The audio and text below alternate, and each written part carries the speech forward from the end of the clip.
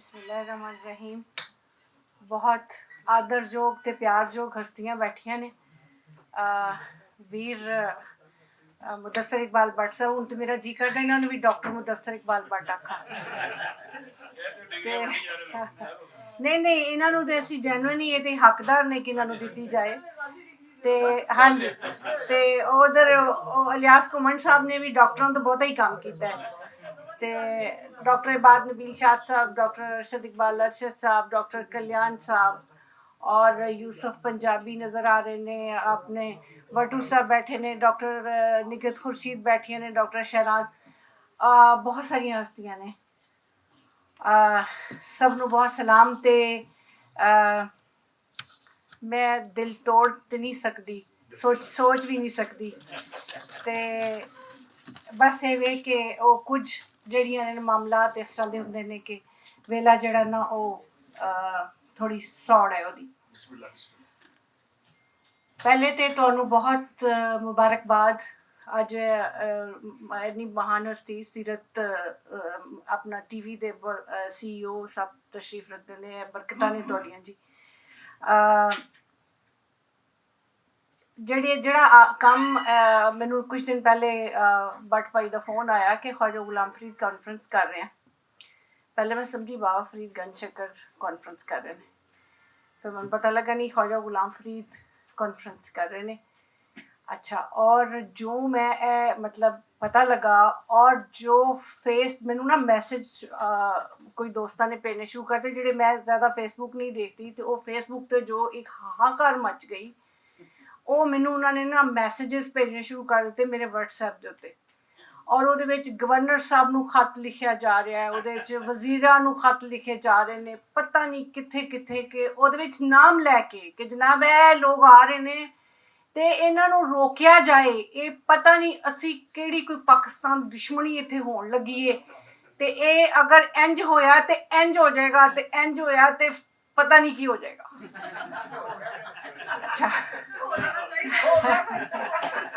अच्छा मैं ना तकलीफ बड़ी मतलब है कि चूँकि मेरा कादरिया सिलसिले ਦੇ ਉੱਤੇ PhD ਦਾ ਕੰਮ ਆ ਔਰ ਉਸ ਤੋਂ ਬਾਅਦ ਵੀ ਫਿਰ ਜ਼ਾਹਿਰ ਹੈ ਸੂਫੀਜ਼ਮ ਦੇ ਨਾਲ ਪੰਜਾਬ ਦਾ ਬੰਦਾ ਹੋਏ ਤੇ ਸੂਫੀਜ਼ਮ ਦੇ ਨਾਲ ਉਹ ਸਭ ਦੀ ਜਿਹੜੀ ਹੈ ਜੁੜਤ ਹੁੰਦੀ ਹੈ। ਤੇ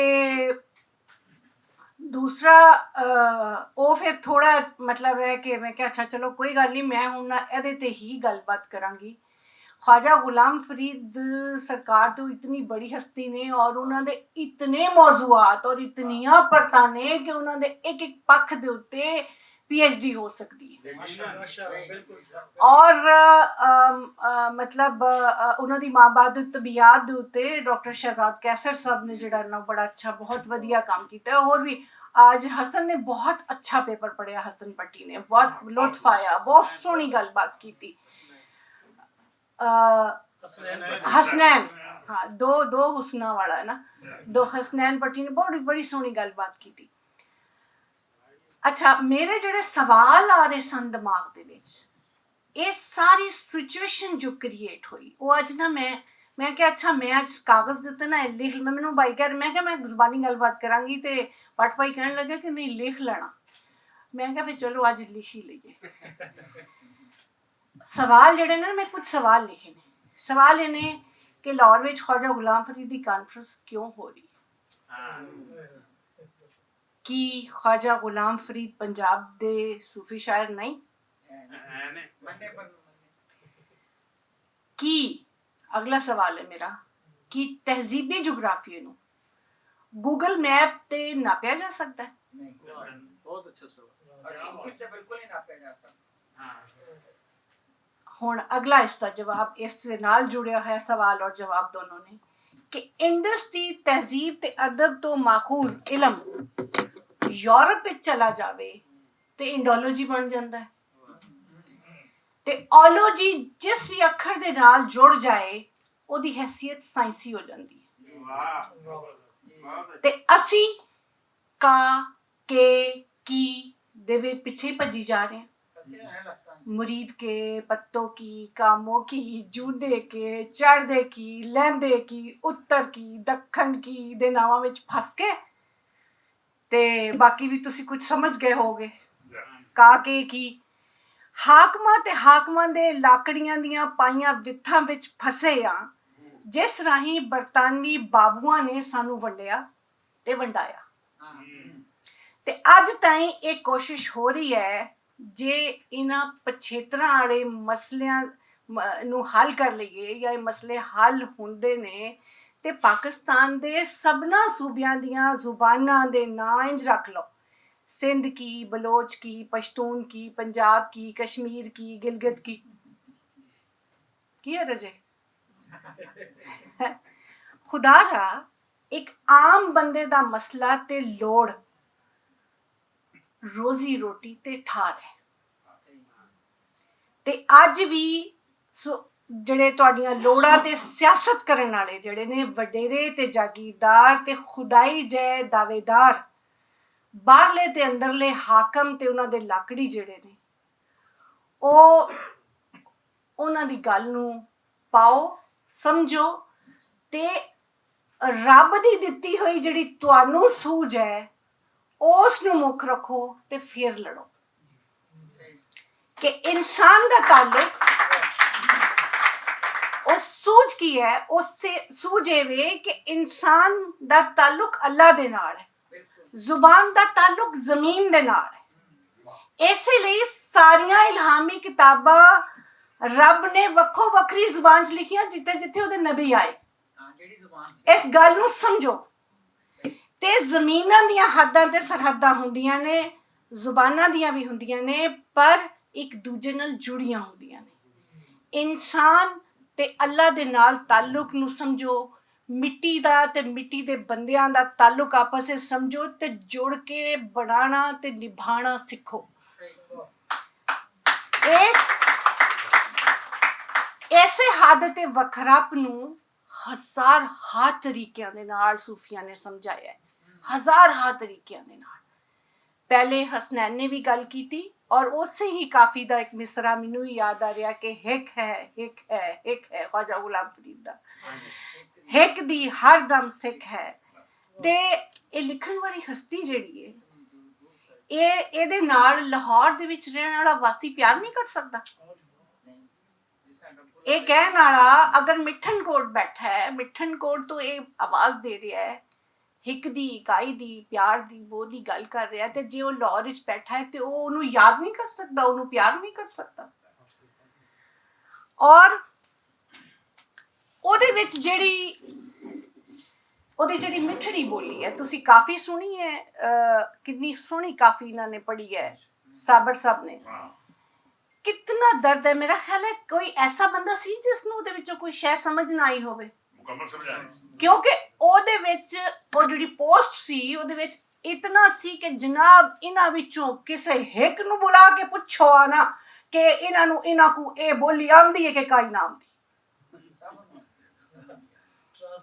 ਠੀਕ, ਉਹ ਬਈ ਮੈਂ ਮਤਲਬ ਇਹ ਕਿ ਤੁਸੀਂ ਅਗਰ ਜਦੋਂ ਤੁਸੀਂ ਦਿਮਾਗ ਨਾਲ ਨਹੀਂ ਨਾ ਸੋਚਦੇ ਉਦੋਂ ਫਿਰ ਇਹੋ ਜਿਹੇ ਸਵਾਲ ਜਿਹੜੇ ਨੇ ਨਾ ਖੜੇ ਹੁੰਦੇ ਨੇ।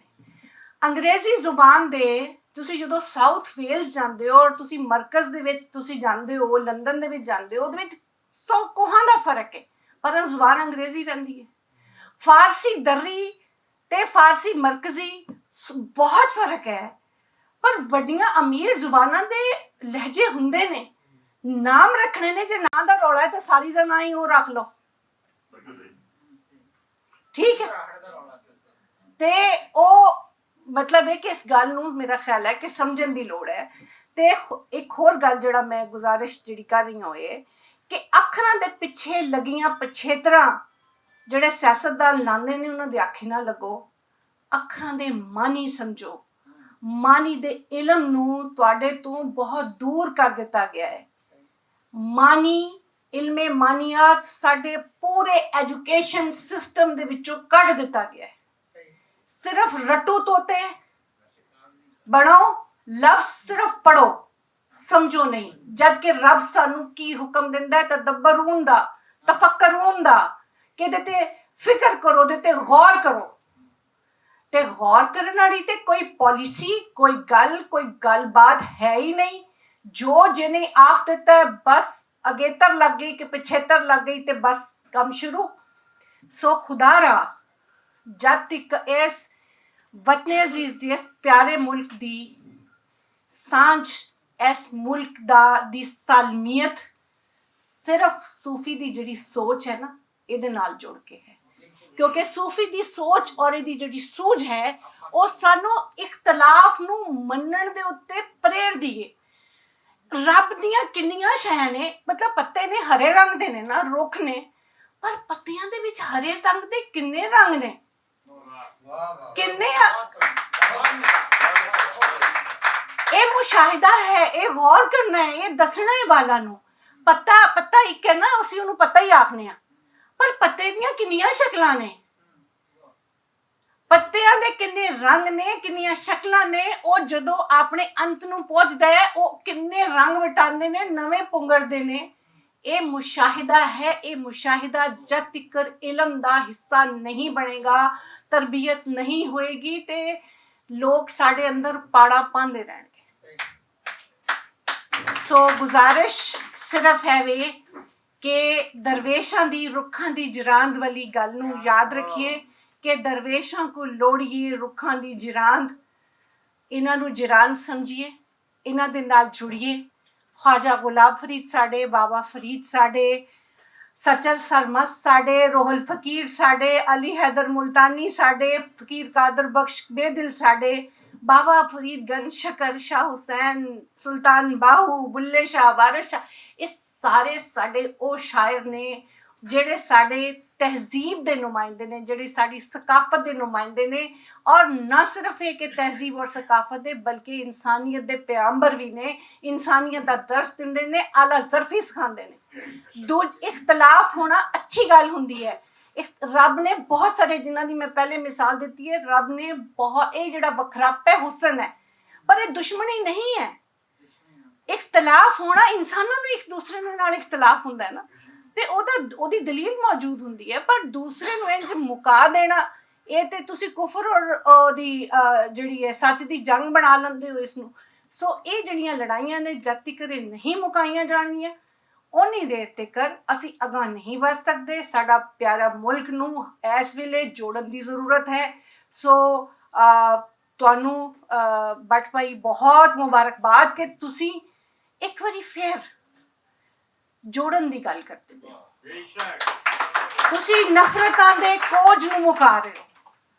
ਤੁਸੀਂ ਰੋਹੀ ਦੇ ਜ਼ਰੀਏ ਇੱਕ ਰੋਹੀ ਨੂੰ ਇੱਕ ਨਵੇਂ ਤਰੀਕੇ ਦੇ ਨਾਲ ਜਿਹੜਾ ਉਹ ਵਿਖਾਉਣ ਵਾਲਾ।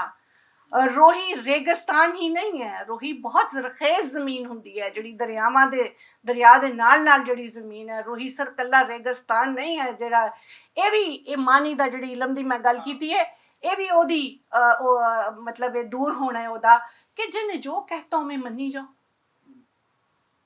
ਉਹ ਜਿਵੇਂ ਇਹ ਭੇਡ ਚਾਲ ਹੈ ਨਾ, ਕਿ ਭੇਡਾਂ ਨੂੰ ਹੁੰਦਾ ਨਾ ਇੱਕ ਪਾਸੇ ਜਿਹਨੂੰ ਲਾ ਦਿਓ ਮੁੜ ਕੇ ਸਭ ਪਿੱਛੇ ਲੱਗ ਗਈਆਂ।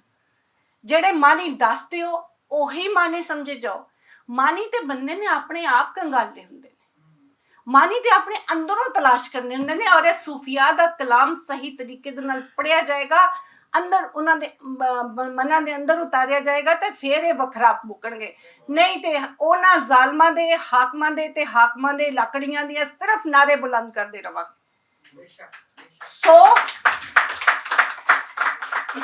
ਮਾਨੀਆਂ ਦੇ ਮੈਂ ख्वाजा गुलाम फरीद जी ਦੇ ਉਹਨਾਂ ਦੇ ਇੰਨੇ ਪੱਖ ਨੇ। ਹਲੇ ਕੱਲ ਅਸੀਂ ਆਪਣੀ ਮਸਨਵੀ ਮਾਦਨੀ ਇਸ਼ਕ ਜਿਹੜਾ ਨਾ ਉਹ ਕਲਾਸ ਦੇ ਵਿੱਚ ਮੈਂ ਪੜ੍ਹਾ ਰਹੀ ਸਾਂ, ਤੇ ਉਹਦੇ ਤੇ ਹਜ਼ਾਰ ਗੱਲਾਂ ਹੋ ਸਕਦੀਆਂ ਨੇ। ਮੈਂ ਉਸ ਨੂੰ ਮਤਲਬ ਉਹ ਇੱਕ ਬੜਾ ਮੌਜੂ ਹੈ, ਉਹ ਇਲਮੀ ਹਵਾਲੇ ਦੇ ਨਾਲ ਉਹਦੇ ਤੇ ਫਿਰ ਕਿਸੇ ਵੇਲੇ ਜਿਹੜਾ ਵਾ ਉਹਦੀਆਂ ਜੁਜ਼ੀਆਤ ਦੇ ਉੱਤੇ ਗੱਲ ਕਰਾਂਗੇ।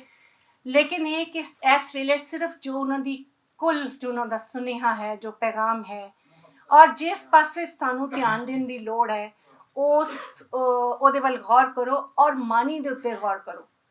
हुजूर पुर नूर सल्लल्लाहु अलैहि वसल्लम ने भी फरमाया सी कि ना वेखो कि कौन कह रहा है, ए वेखो की कह रहा है। सो की कह रहा नू अपनी पूरी पॉलिसी का हिस्सा बना लो। अगर पूरा एजुकेशन सिस्टम, पूरी एजुकेशन पॉलिसी, तो सानू गल समझ आएगी। मन नू चानन करिए। ते ख्वाजा गुलाम फरीद साढ़े भी उन्ने ही ने ਜਿਨੇ ਇੱਕ ਉਹ ਵਸੇਬ ਦੇ ਨਹੀਂ, ਜਿਵੇਂ ਪਹਿਲੇ ਵੀ ਇੱਥੇ ਗੱਲ ਹੋਈ ਹੈ, ਉਹ ਤੇ ਪੂਰੀ ਇਨਸਾਨੀਅਤ ਦੇ ਸ਼ਾਇਰ ਨੇ। ਉਹ ਦਰਦ ਨੂੰ ਜਿਵੇਂ ਉਹਨਾਂ ਬਿਆਨ ਕੀਤਾ ਹੈ, ਔਰ ਦਰਦ ਦੀ ਆਗ ਹੀ ਜਿਵੇਂ ख्वाजा गुलाम फरीद ਦੇ ਹਾਂ ਹੈ, ਉਸ ਦਰਦ ਦੀ ਆਗ ਹੀ ਤੇ ਹਰ ਮਨੁੱਖ ਨੂੰ ਪਤਾ ਹੋਣੀ ਚਾਹੀਦੀ, ਕਿਉਂਕਿ ਉਹ ਦਰਦ ਹੀ ਹੈ ਜੋ ਇਨਸਾਨ ਨੂੰ ਅੰਦਰੋਂ ਜਿਉਂਦਾ ਹੈ, ਅੰਦਰੋਂ ਜੀਵਾਂਦਾ ਹੈ। ਸੋ ਇਹਨਾਂ ਗੱਲਾਂ ਦੇ ਨਾਲ ਤੁਹਾਡੇ ਤੋਂ ਇਜਾਜ਼ਤ ਚਾਹਾਂਗੀ। ਬਹੁਤ ਸ਼ੁਕਰੀਆ। ਜੇ ਜ਼ਿੰਦਗੀ ਨੇ ਮੋਹਲਤ ਦਿੱਤੀ ਤੇ ਫਿਰ ਕਿਸੇ ਵੇਲੇ ਇਨਸ਼ਾਅੱਲਾ।